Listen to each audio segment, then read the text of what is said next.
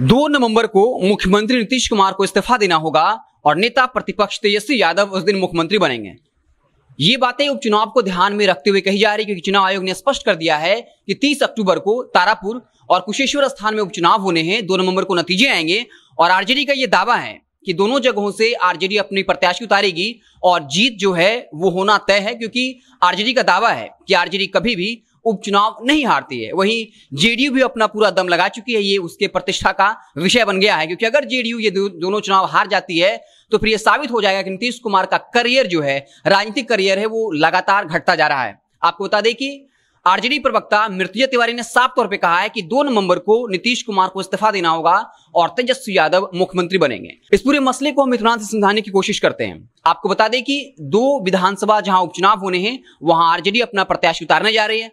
हालांकि कांग्रेस ने इस पर आपत्ति दर्ज किया है और आरजेडी को गठबंधन धर्म की याद दिला दी और साफ तौर पर कहा कि जब 2020 का विधानसभा चुनाव हुआ था उस वक्त तारापुर से आरजेडी ने प्रत्याशी दिया था, जबकि कुशेश्वर स्थान से कांग्रेस के प्रत्याशी चुनाव लड़े थे।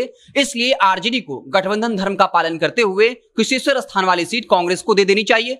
कल जब कन्हैया कुमार कांग्रेस का दामन थाम रहे थे उस वक्त बिहार में विधायक दल के नेता अजित शर्मा ने साफ तौर पर आरजेडी को यह मशवरा दिया, सलाह दी कि कुशेश्वर स्थान कांग्रेस को दे देना चाहिए। हालांकि मृत्युंजय तिवारी ने भी इसको लेकर साफ कर दिया है कि आरजेडी दोनों जगहों पर अपना प्रत्याशी उतारना चाहती है, क्योंकि ये चुनाव काफी अहमियत रखती है। लेकिन अंततः जो बात होगा वो महागठबंधन के नेताओं से बातचीत करके अंतिम फैसला होगा। तो ये माना जा सकता है कि 2 उपचुनाव तारापुर आरजेडी के खाते में जा सकता है, वहीं कुशेश्वर स्थान कांग्रेस के खाते में जा सकता है।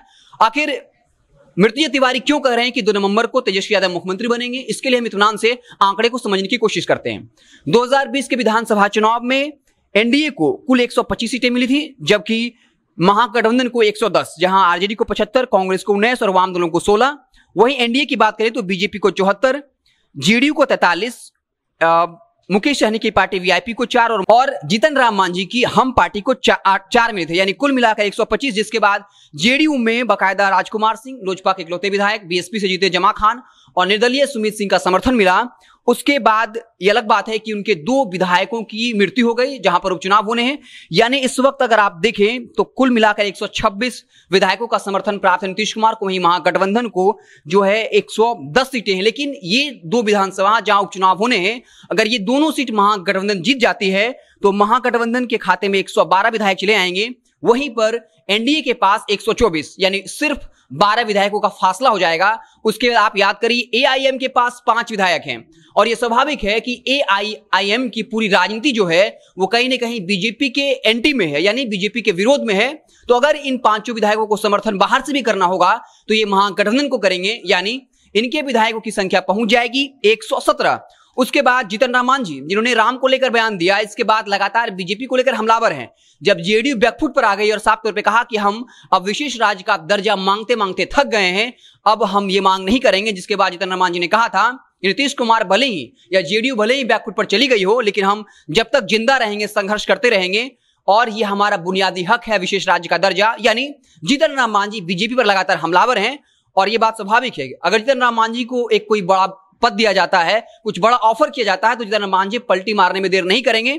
जीतन राम मांझी की पार्टी के 4 विधायक अगर महागठबंधन में आ जाते 117 से हो जाएगा 121, यानी उसके बाद मात्र 1 विधायक की जरूरत होगी। उसके बाद मुकेश सहनी भी कहीं ना कहीं बीजेपी से नाराज चल रहे हैं, क्योंकि उत्तर प्रदेश में उनके साथ जो हुआ आपको पता ही होगा। जिस तरीके से वो बनारस एयरपोर्ट पर पहुंचे थे, वहां मुख्यमंत्री योगी आदित्यनाथ ने उनको एयरपोर्ट से बाहर नहीं निकलने दिया और जब दिल्ली के लिए फ्लाइट नहीं मिली तो उल्टे कलकत्ता भेज दिया। जिसके बाद मुकेश सहनी ने बगावती रुख अख्तियार किया था।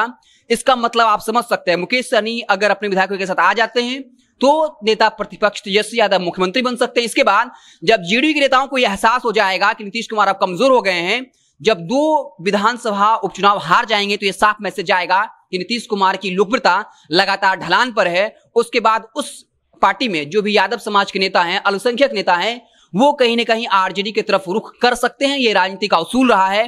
तो जो आंकड़ा हमने आपको बताया, इस माध्यम से ही आरजेडी दावा कर रही है कि 2 नवंबर को जब 2 विधानसभा चुनाव के परिणाम सामने आएंगे तब नीतीश कुमार को इस्तीफा देना पड़ेगा और नेता प्रतिपक्ष तेजस्वी यादव जो इस वक्त हैं उस वक्त वो मुख्यमंत्री बन जाएंगे। हालांकि क्या कुछ होगा 2 विधानसभा पर उपचुनाव होने हैं और इसको लेकर जेडीयू भी कमर कस चुकी है।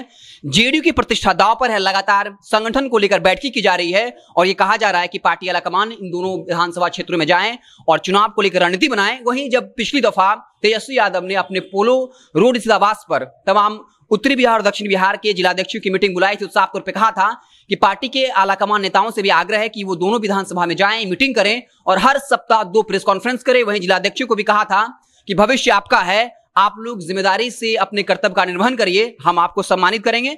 और दोनों विधानसभा में उपचुनाव को लेकर जब तारीखों का ऐलान भी नहीं हुआ था, जब चुनाव आयोग ने सिर्फ हिंट किया था, संकेत दिया था कि दुर्गा पूजा छठ पूजा के बाद विधानसभा चुनाव होने हैं, उस वक्त ही तेजस्वी यादव इसको लेकर आक्रामक दिखे थे। और जब चुनाव आयोग ने स्पष्ट कर दिया है कि 30 अक्टूबर को चुनाव होगा, 2 नवंबर को परिणाम आएंगे, उसके बाद तेजस्वी यादव एक बार फिर से एग्रेसिव हो गए। और यही वो आधार है, यही वो आंकड़ा है जिसके आधार पर आरजेडी कह रही है कि वो आने वाले वक्त में आरजेडी के नेता प्रतिपक्ष तेजस्वी यादव मुख्यमंत्री बनेंगे, नीतीश कुमार को इस्तीफा देना होगा। तो क्या कुछ होगा ये तो भविष्य गर्भ में है, लेकिन ये तमाम आंकड़े हैं, ये तमाम आधार है जिस पर आरजेडी ये बात कर रही है। हालांकि जो आरजेडी दावा कर रही है कि दोनों विधानसभा से आरजेडी अपना प्रत्याशी उतारेगी, लेकिन साफ तौर पर कहा है कि ये महागठबंधन के नेताओं से बात करने के बाद ही इसका फैसला किया जाएगा, क्योंकि कांग्रेस कुशेश्वर स्थान वाली सीट मांग रही है, जहां 2020 के विधानसभा चुनाव में कुशेश्वर स्थान से कांग्रेस के प्रत्याशी उतरे। क्या कुछ होगा, जैसे ही कोई नया अपडेट आएगा हम आपको इत्तला करेंगे। आप देखते रहें जनता जंक्शन। बहुत बहुत धन्यवाद।